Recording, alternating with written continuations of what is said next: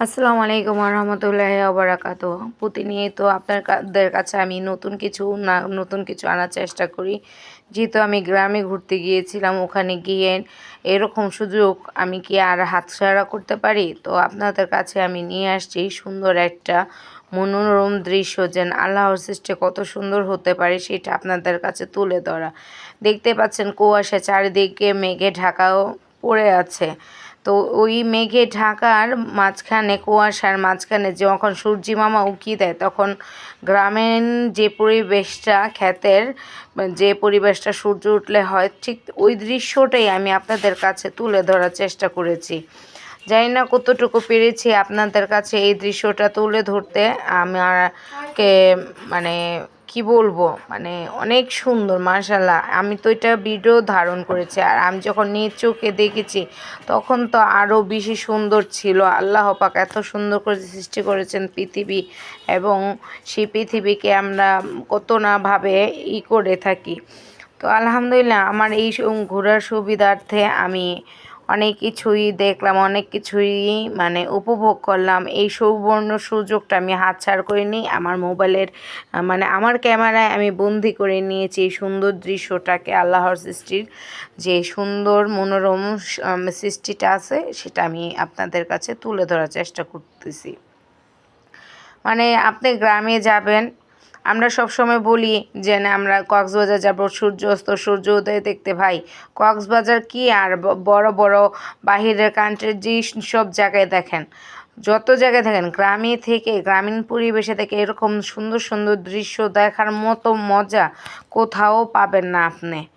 তো আলহামদুলিল্লাহ অনেক সুন্দর ছিল সেদিন। আলহামদুলিল্লাহ ভোরটা হয়েছে এত সুন্দর দিয়ে আমার তো বলার বাইরে। কি বলবো, আমার ভয়েস দিতে গিয়েও আমি কথা খুঁজে পাচ্ছি না, এত সুন্দর দৃশ্য ছিল। মন চাচ্ছিল এখন আবার চলে যাই সেই গ্রামে, যে গ্রামে আমি ভিডিওটা করেছি। আলহামদুলিল্লাহ, ইনশাল্লাহ তখন আবার যাব, আপনাদের কাছে আরও নতুন কিছু ভিডিও তুলে ধরার চেষ্টা করব।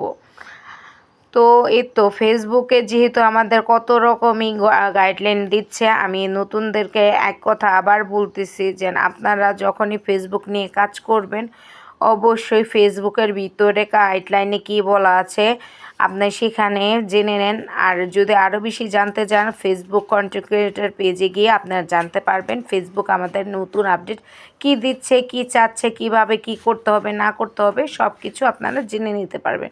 তো এই তো আমার ভিডিওর ভিতর কিন্তু দেখেন আমিও আলহামদুলিল্লাহ আমার নিজেকে আমি সূর্যের আলোতে ঘুম থেকে উঠে এসে তো ভিডিও ক্লিপটা নিয়েছি।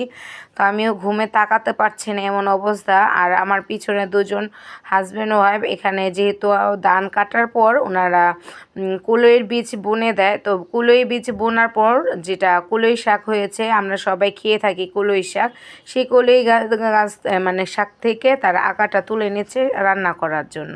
তো দেখেন দূরে এরকম আমরা কি দেখি, এরকম সূর্য আমরা দেখি, আমরা সব সময় মোবাইলে বা টিভিতে দেখে থাকি যে এরকম একটা দৃশ্যের ভিতরে একটা একটা আটির ভিতরে বা একটা কাঠির ভিতরে একটা পাখি বসে থাকে। তো ওই তো আমি সেটাও ধরার চেষ্টা করেছি। অবশ্যই জানাবেন আমার ভিডিওটা কেমন লাগছে কমেন্টের মাধ্যমে। যদি ভালো লাগে একটু শেয়ার করে দিবেন, কারণ আমাদের বলতে নেই, ফেসবুক আমাদের বলে দিয়েছে কিছু যে জিনিস বলতে না, তারপর আমরা অকপটে বলে ফেলি।